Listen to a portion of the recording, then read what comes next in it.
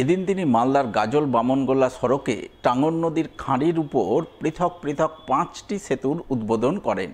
এই উপলক্ষে গাজলে উদ্বোধনী অনুষ্ঠানের আয়োজন চোখে পড়ে।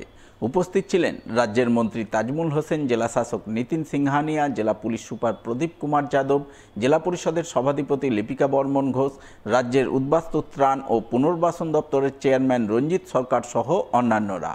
এই প্রসঙ্গে জেলা শাসক নিতিন সিংহানিয়া এবং রাজ্যের মন্ত্রী তাজমুল হোসেন জানান, আজ মুখ্যমন্ত্রী বীরভূম থেকে গাজল বামনগোলা রাস্তায় টাঙ্গন নদীর উপর 5টি সেতুর উদ্বোধন করলেন, যার মোট ব্যয় প্রায় 19 কোটি টাকা।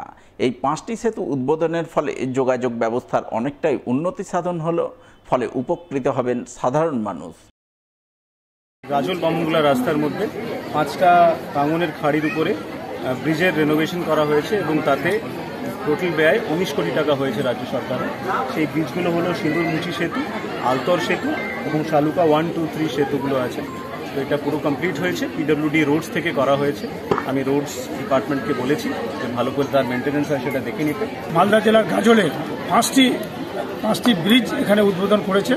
আমাদের এই ব্রিজগুলো করার জন্য আমরা মাননীয় মুখ্যমন্ত্রীকে অশেষ ধন্যবাদ জানাচ্ছি যে এই ব্রিজগুলো করার ফলে আজকে দিনাজপুর থেকে গাজলে যাবার যে আমাদের পরিষেবা হলো, এই পরিষেবার জন্য আমরা মাননীয় মুখ্যমন্ত্রীকে অশেষ ধন্যবাদ জানাই।